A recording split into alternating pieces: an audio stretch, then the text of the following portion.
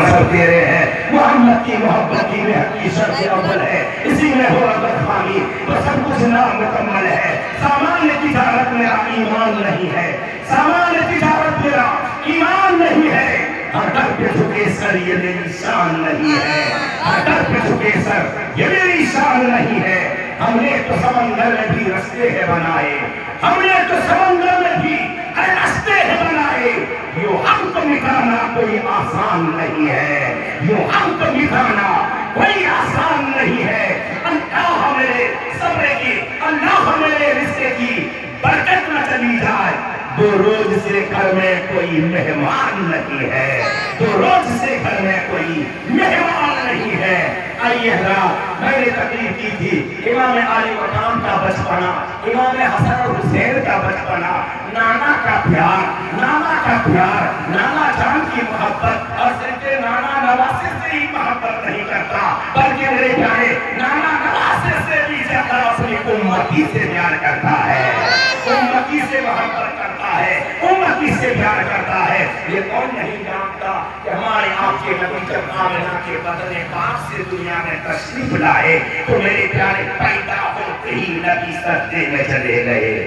بولیے واپس سے کس میں گئے سجدے میں چلے گئے اور سجدے میں جا کر کے وہ خاندان کو یاد نہیں کر رہے ہیں آقا میرے پیارے بیٹی بیٹا کو یاد نہیں کرتے میرے پیارے ماں کو یاد نہیں کرتے باپ کو یاد نہیں کرتے میرے پیارے آقا سجدے میں جانے کے بعد پیدا ہوتے ہی مصطفیٰ سجدے میں چلے گئے سجدے میں جا کر کے سر رکھ کر کے رب کے بارگاہ میں التجا کرنے لگے یا رب حبلی امتی یا رب حبلی امتی مولا میری گناہگار امتی کی مغفرت فرما دے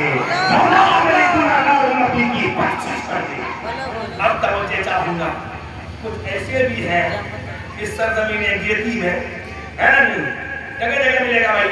انوار بھائی لمبا کرتا چھوٹا پاجامہ ہے نا جس کو 24 نمبر کہا جاتا ہے گھبرائیے مت میں دلیل لے کے بیٹھتا ہوں تو ڈرتا نہیں میں ایسے جو بندی کے گڑھ میں تقریر کر کے آیا ہوں ایسے تقریر کر کے آیا ہوں میرے پیارے غلامان مصطفیٰ یعنی کہ ان جو یعنی سے ڈرتے نہیں ہیں جو مصطفیٰ کا غلام ہوتا ہے وہ سوائے رسول خدا پاک سے ڈرتا ہے عام انسان سے نہیں ڈرتا میرے پیارے کہتا ہے نبی ہماری طرح بشر ہے نبی ہماری طرح ہے میرے آقا جب سجدے میں گئے ظاہر سی بات ہے سجدہ کے لیے ہر چیز کا پاک ہونا ضروری ہے بولیے محبت سے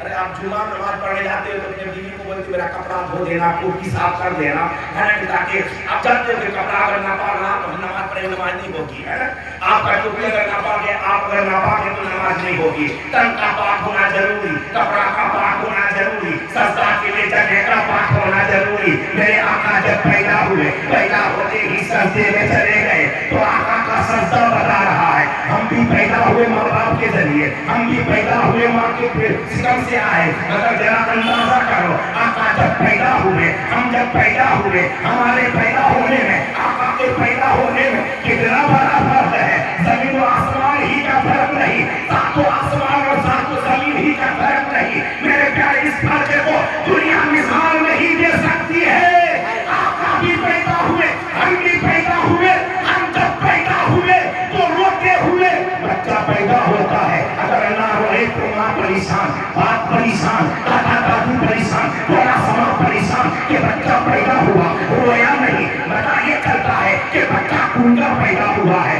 بچے میں حرکت نہیں ہے اگر بچہ پیدا ہو اور روتے تو سب میں خوشیاں چھا جاتی ہے بولو ہے کہ بچہ پیدا ہو رہا ہے تو میرا رو رہا ہے بچے میں بولنے کی صلاحیت ہے سننے کی صلاحیت ہے دیکھنے کی صلاحیت ہے بچے میں بولنے کی صلاحیت ہے بچہ پیدا ہو اگر نہ روئے تو پریشان مگر میرے آقا جب پیدا ہوئے آمنہ کے بدن پاک سے دنیا میں آئے تو روتے ہوئے نہیں آقا پیدا ہوئے تو روتوں کو ہنساتے ہوئے ہم پیدا ہوئے تو میری ماں نہ پاک ہم پیدا ہوئے تو ہم نہ پاک ہم جہاں پیدا ہوئے وہ جگہ نہ پاک ذرا اندازہ کرو سجدہ کے لیے ہر چیز کا پاک ہونا ضروری ہوتا ہے خدا کی قسم آقا جب سجدے میں چلے گئے پیدا ہوتے ہی سجدے میں گئے آقا کا سجدہ بتاتا ہے اے دنیا والوں میری ماں آمنہ بھی